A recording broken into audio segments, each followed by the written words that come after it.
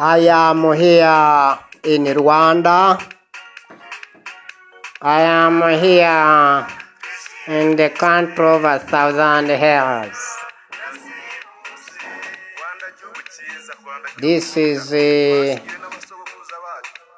professor of all the world professors, Barafinda SEKIKUBO Fred. Therefore, this is your world senior politician with the world total seniority politically.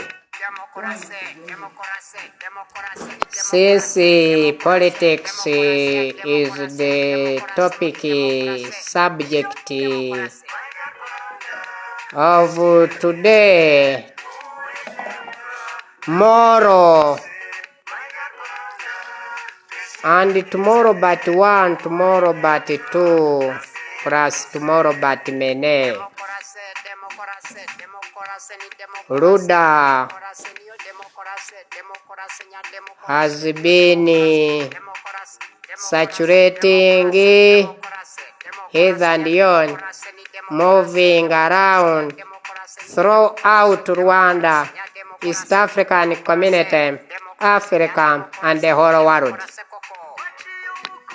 Therefore, we have come to fight the internal state colonialism, the community colonialism, the continental colonialism, and the world colonialism of any kind.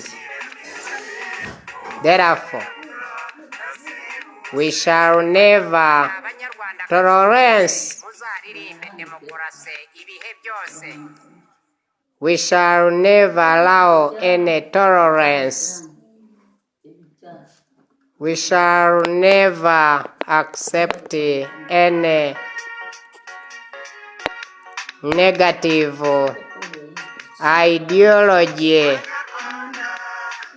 leading people to chaotic situations, leading everyone to total or general pandemonium. Therefore,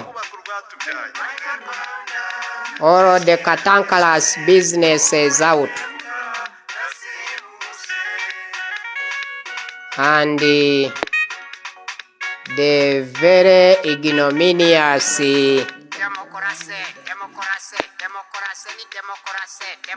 hardships out. Law and order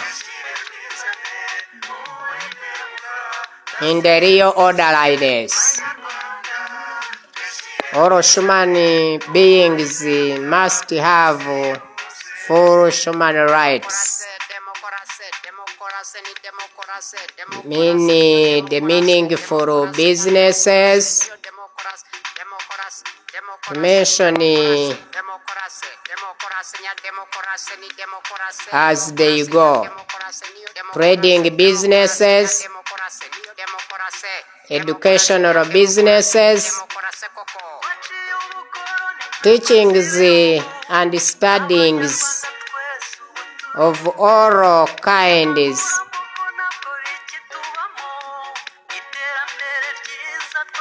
The human maximum discipline in all world population communities. Therefore, RWANDA is in 5 letters.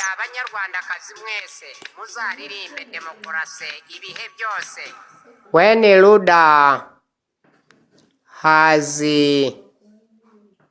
landed everywhere, giving you what you have been lacking and missing out all the decades you have covered. Therefore, packages and packages in a big luggage. We have brought each and every body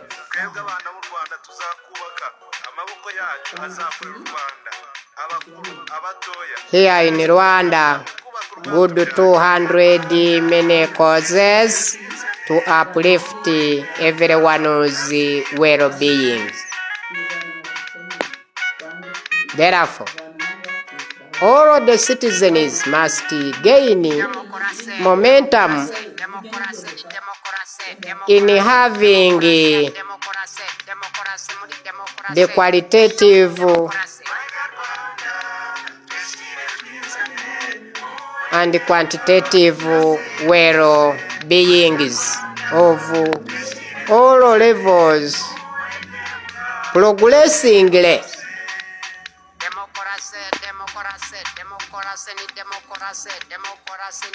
In other words, increasingly, positively, changing the bad into good, into that straight line of the quickest democracy, quickest development, quickest equality, fraternity, and general total liberties.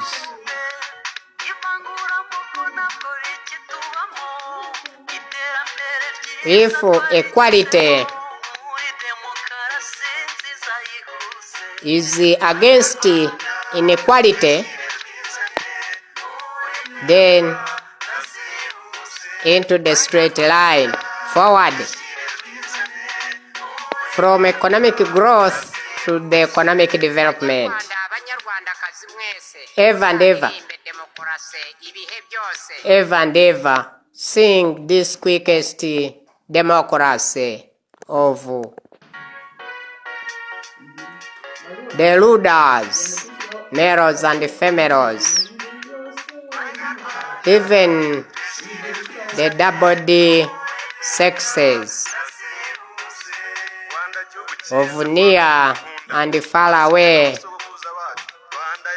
so long as you are Rwandan by nationality.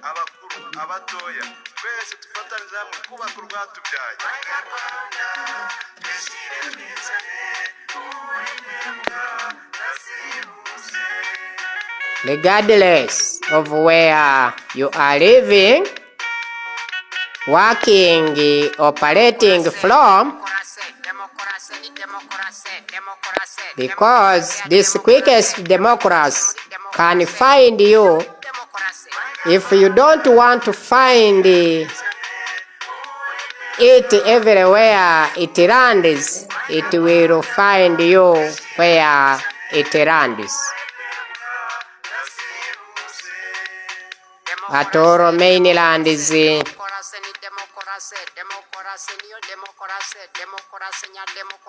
water bases and air bases.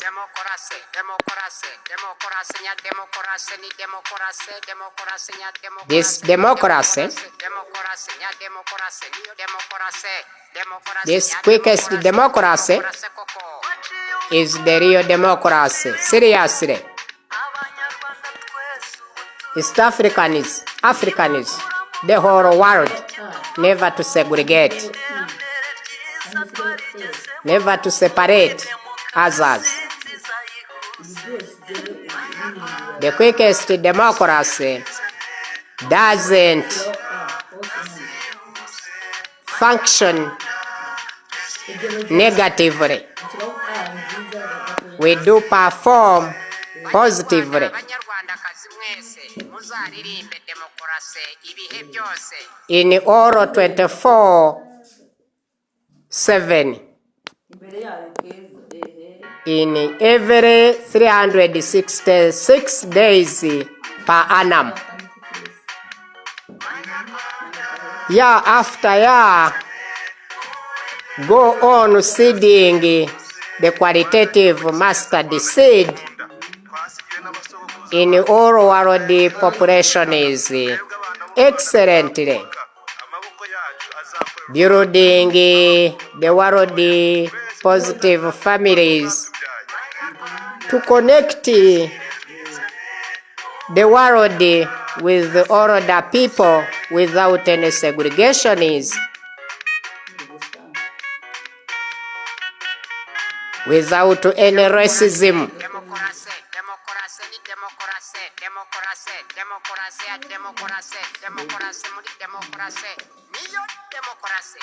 Never to separate, grouping,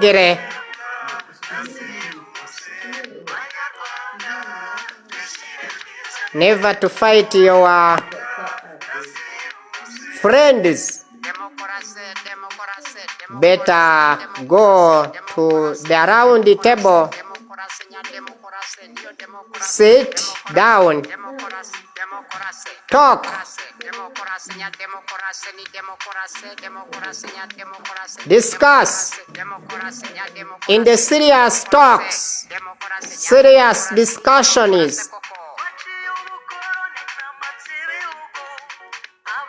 All the world discussants, African discussants, East African community discussants, Rwandan discussants in our quickest democracy, you are all welcome.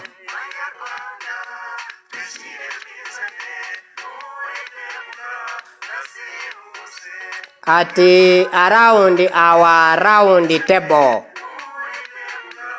wherever we have organized it to take place, every time, every day, always sing and dance this quickest democracy. This is the 21st century. Simultaneously, the second millennium, the millennium of people, the millennium of safe and sound human beings in all world human population is to organize all as ABCD to Z population is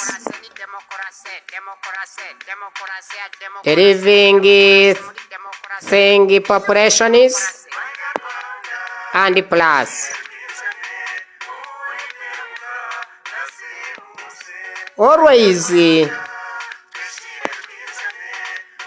love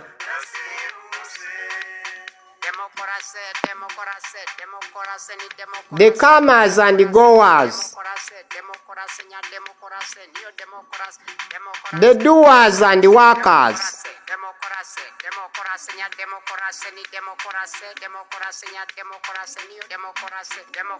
the sitters and the standers,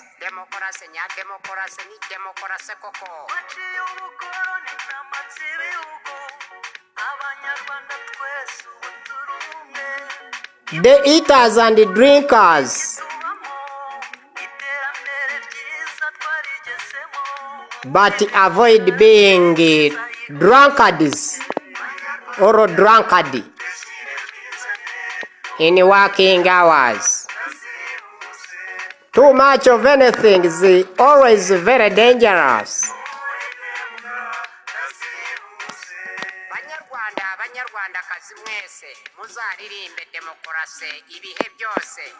Is the best qualitative good guideline, good policy, good human policy.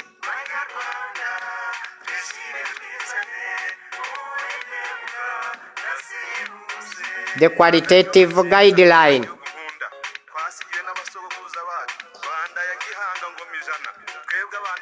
guiding all the people of all sexes in Rwandan society in all diverse families.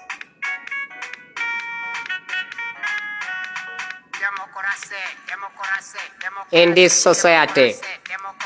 Here I mean the educative and the non-educative ones.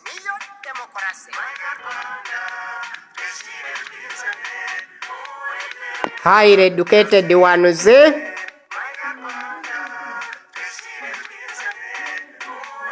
medium and low and the none ones too.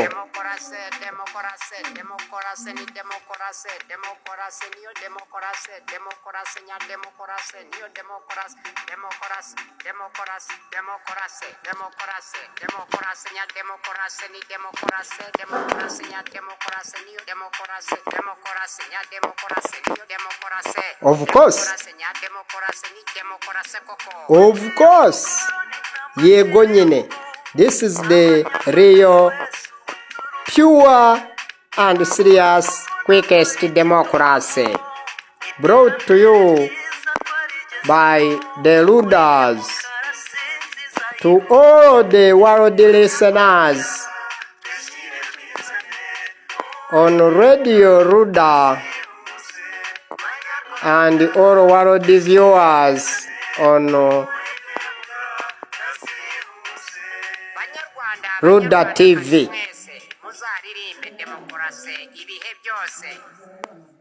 Ever and ever,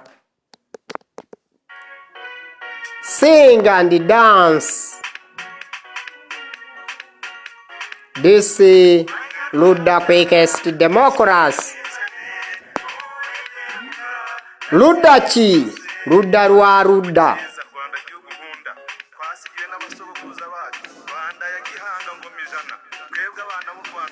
Nuruhe ruhande ruzarengera inyungu za rubanda?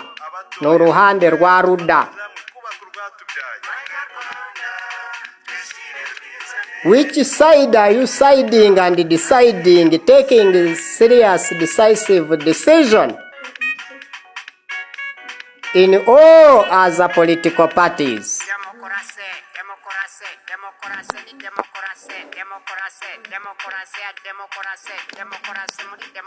This is Professor Barafinda SEKIKUBO Fred, the world professor among other world professors.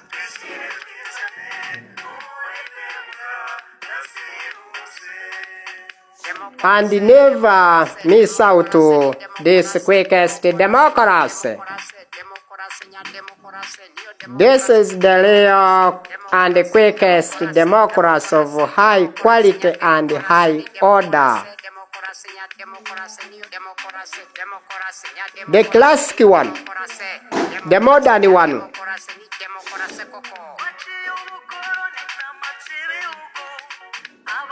dynamic one. It has no extremism in it. No dictatorship. No human violations.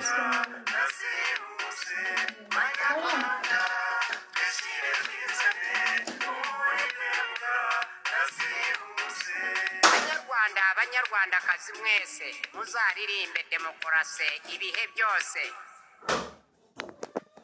We need no causing any anguish in human societies. We need stability, total security.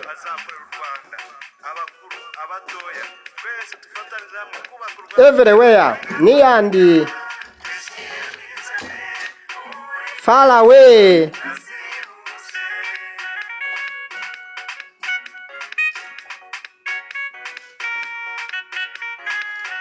What the human population is distantly. In distance of all levels, we wish you the best. We wish you total success. We wish you total victory. Democracy, democracy, democracy, ni democracy, democracy, new democracy, democracy, nya democracy, new democracy, democracy. The total victory of the total fountain of the quickest democracy to guide you Democracy, nya democracy, new democracy, democracy, nya democracy, ni democracy koko. from the body into good, from zigzag life to straight life, progressive life, progressing. Education must be the bloom of sweeping away ignorance. Therefore, this quickest democracy shall be the engine to make each and every thing move forward, acceleratingly, developing into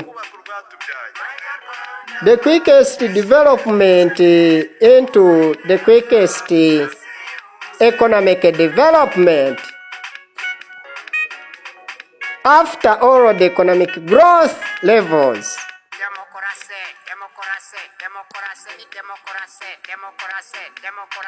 this is the senior politician with the total seniority, Barafinda SEKIKUBO Fred, the professor of all the world professors, bringing you the new high advanced and quickest democracy of high philosophy and psychology, leading you to discovering many items of undiscovered ones.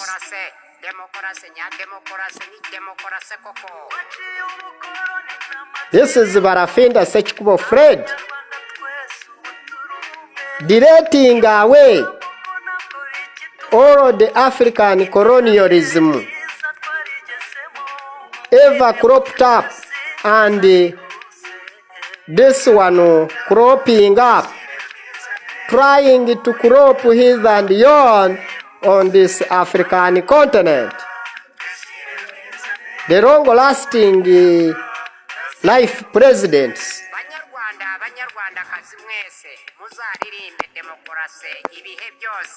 after their quittings from power, giving all citizens peace, never in two pieces. The change is at the doorway, knocking in.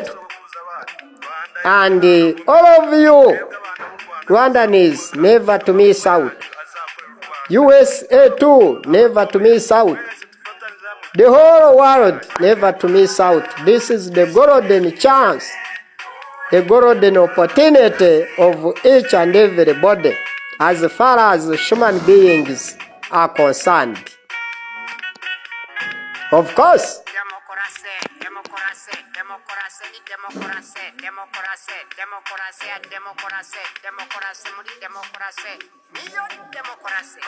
if it is the real democracy, let us construct all kinds of economic infrastructure, political infrastructures, social infrastructures, humanitarian infrastructures here and yon throughout the African continent.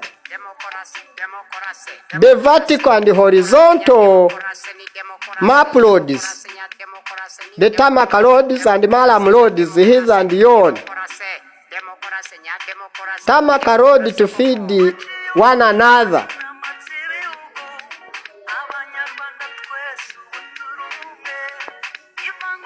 Vertical and horizontally, the whole continent must be built to ease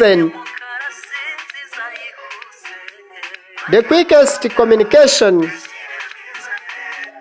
and transport of human beings and their commodities. Here, when I mean commodities, I mean goods and services all together.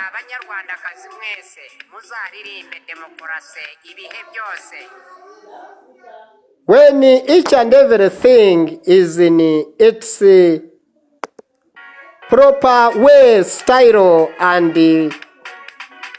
positive movement forward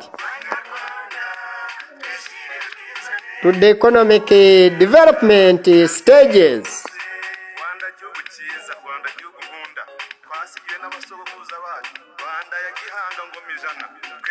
The quickest economic stages and economic systems must be accelerated and uplifted by the special new senior politicians globally with the rulers. We have come. We have landed everywhere. Yes, of course, we are world investors. Senior politicians here in Rwanda, investing worldwide.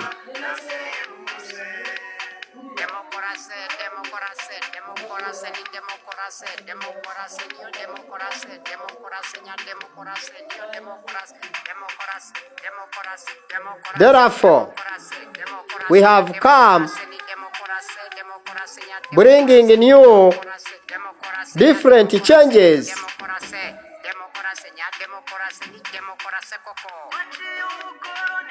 Changes economically, politically, socially, and humanitarian. Sensitivity.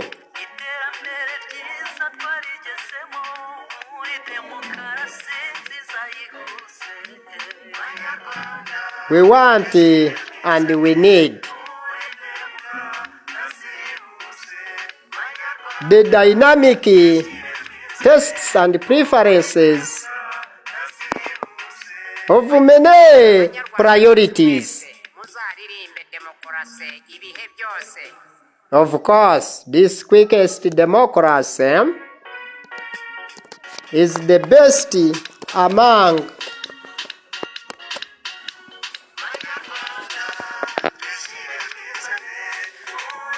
the ones people had ever heard of or had ever had.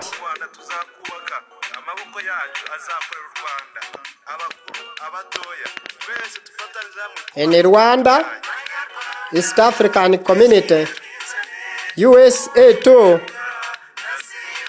and the whole world, the whole entire world of ours, in this quickest democracy.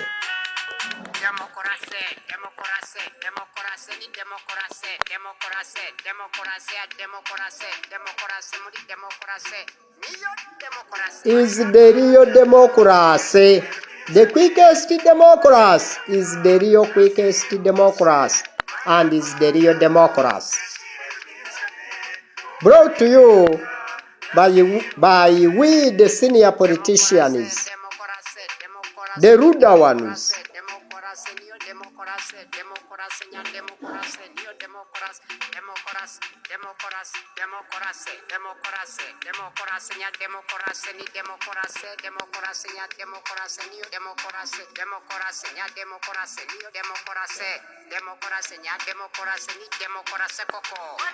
Hey, kunhombo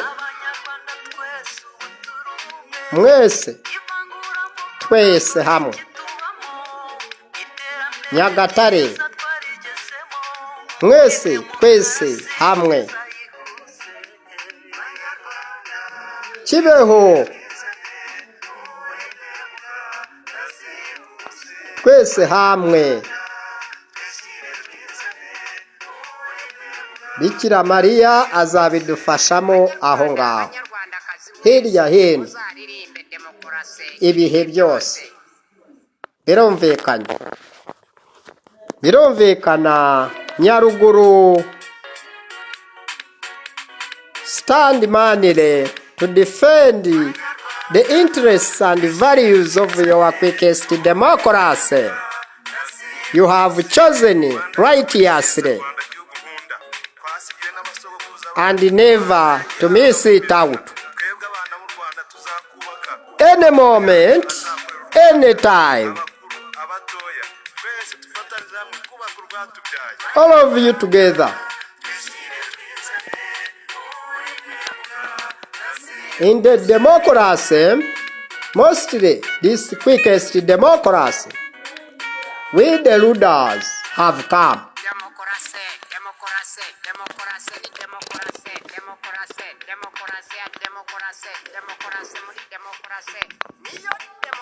Seriously, this is the serious business to mean the quickest democracy has sprung up into this Great Lakes region.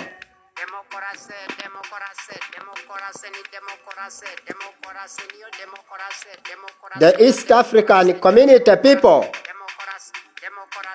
society, homes and homers,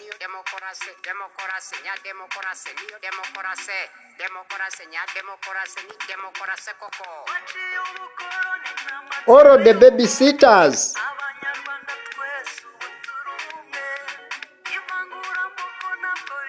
never to segregate.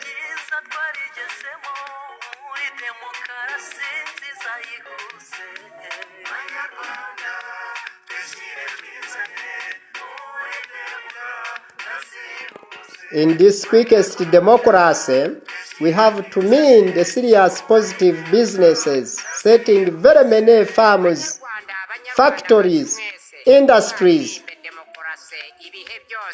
Ever and ever we shall sing the positive and quickest democracy of this kind, and we shall teach others to dance and sing it everywhere, here and there, near and far away, hither and yon, globally.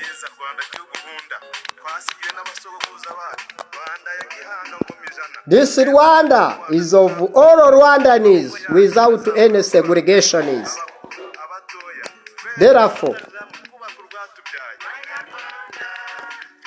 Therefore, once again, let us all together, all of us in general, sing it, dance it, keep it.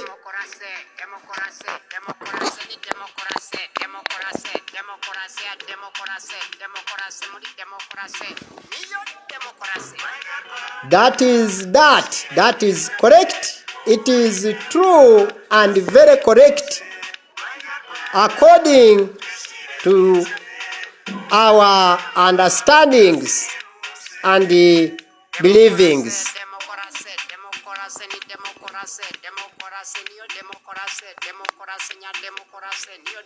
Is the real democracy? Democracy. I mean it. Democracy.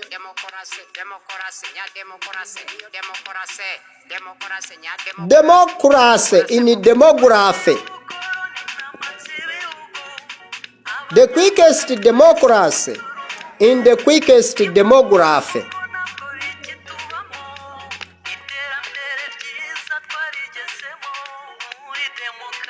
In all demographic systems, networkings, and all world human populations must dance this quickest democracy regardless of any factories ever and ever. The quickest democracy is the lasting solution, taking the decisive decision and the resolution is in each and everything. So we test,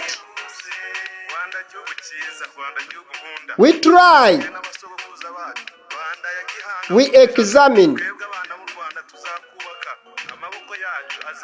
each and every factor to build very many factories for the citizens to get full employment opportunities, fighting unemployment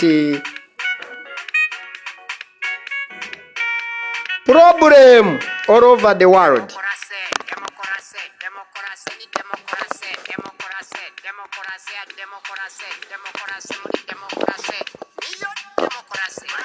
This is the new kind of the quickest democracy, the new kind of democracy, brought to you by we the rulers, the greatest males and female ones.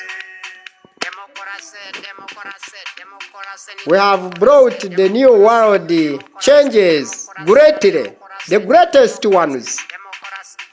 Positive changes must be registered whatsoever at any cost, any time, any moment, in all world families, in all world populations. Of course, this is the RWANDA. They are world ladies and gentlemen.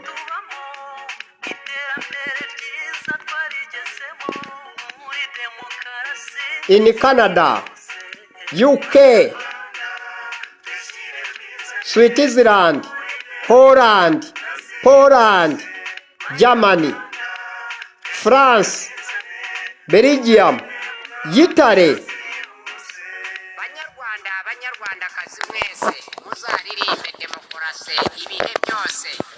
and very many others. Our world colleagues at all world colleges.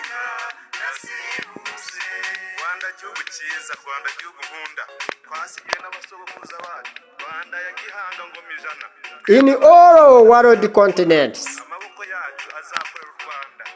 work hardly, work industriously, in all 24/7, we shall achieve. What we do expect to achieve must be the positive one.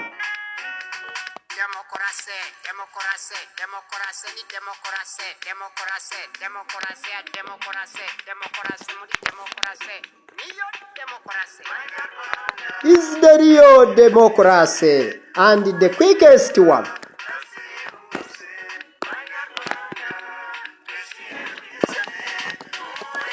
What is highly needed is to put our efforts together as the upper teeth and bottom teeth to work cooperatively, moving forward, working forward, all of us together in the general combined forces, increasing power, the general world enough electricity, lighting everywhere for security issues,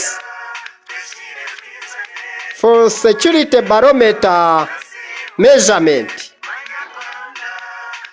in all world human populations.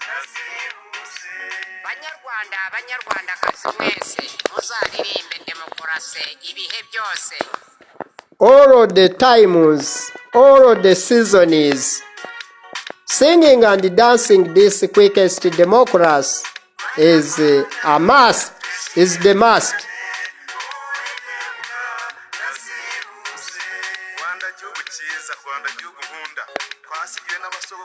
We ought to have danced it and sang it very many years, in decades, centuries, millenniums, but all along they had ignored it, others disencouraged it.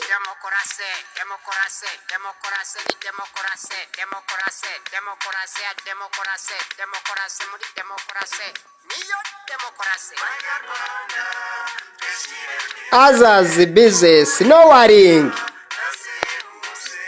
in unprofitable projects as far as the gains of human beings are concerned.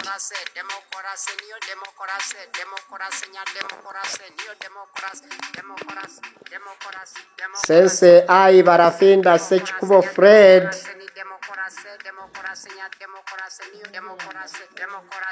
being here before you, before the world public, in all world republics, ladies and gentlemen, ever stay united, never to separate, until the quickest democracy reaches you wherever you are, wherever you live, wherever you dwell, wherever you work from, wherever you study.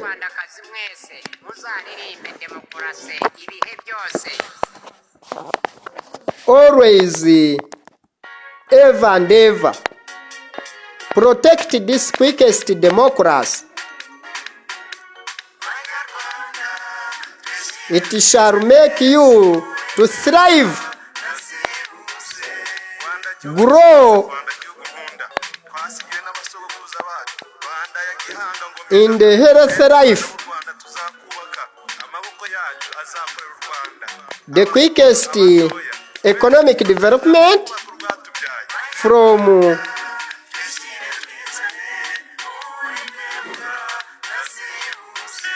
the slowest economic growth. Africa, the world,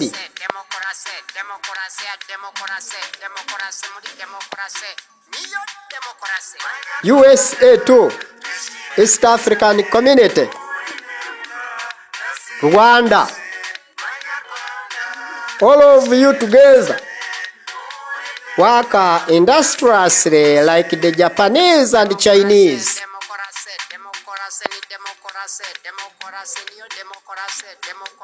The quickest world economic, political, social, perfect competition must be tuned highly to achieve higher and higher.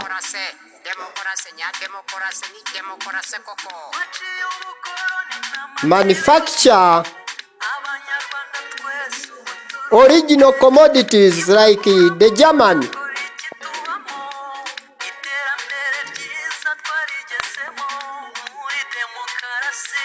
The Germans are working humanly and industriously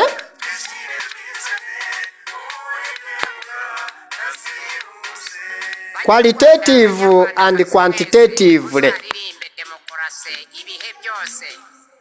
All the times, all the seasons among others.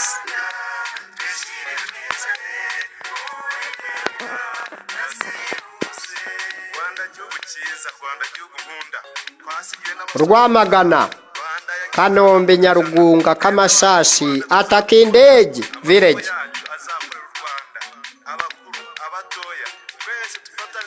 Gasabo district, Nyarugenge district, Kicukiro district, Kamonyi,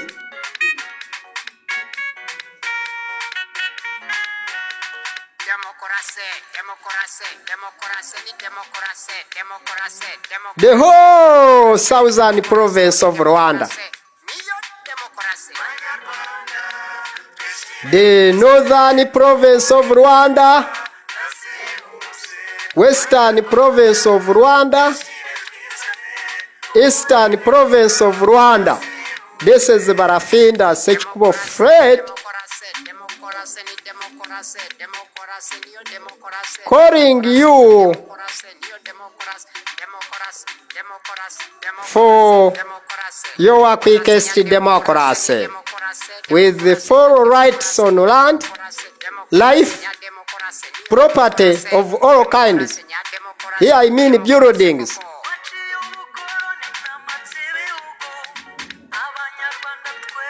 Your culture is being deculturalized here and there by irresponsible people.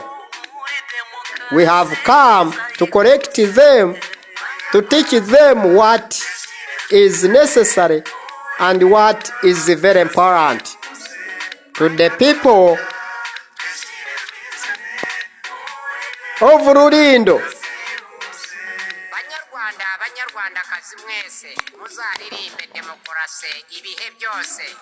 of course, Gachenye citizens, Burera over there,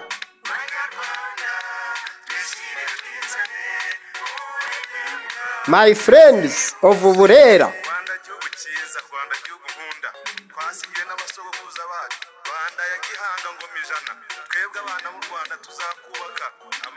Ngororero district, Muhanga district,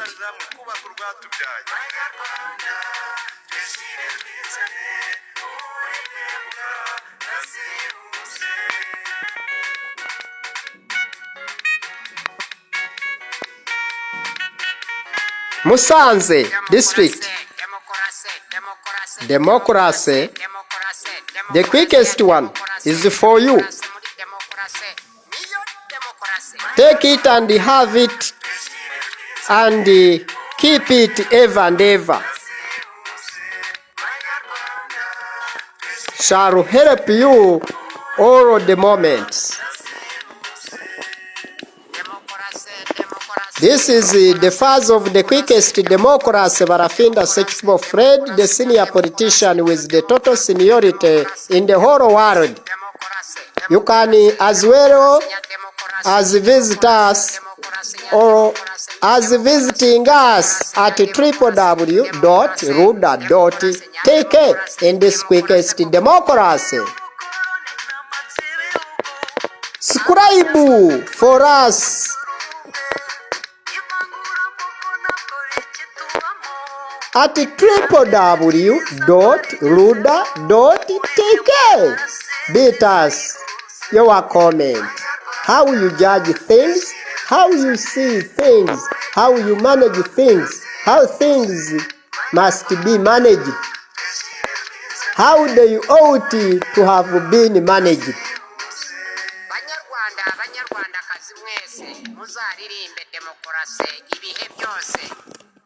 Of course, ibihe byose bazumviriza demokarasi ifite imizi, amashami n'igihemba. Birumvikana tuzite ku bidukikije, kwitaye ku bantu b'ingeri zose, abakuru n'abakiri bato. We have to protect all kinds of people of all ages, all sexes, without any segregations, and there must be no discrimination, no segregation. We have to be united, ever stay united, never to separate until God comes. Nabi Muhammad Buddha shall rescue us, shall save us from all the bad. Thank you very much indeed. Call us at +250 78 34 28 622. This is your world professor, Barafinda SEKIKUBO Fred, the professor of all the world professors. Thank you very much indeed. The quickest democracy shall defend you.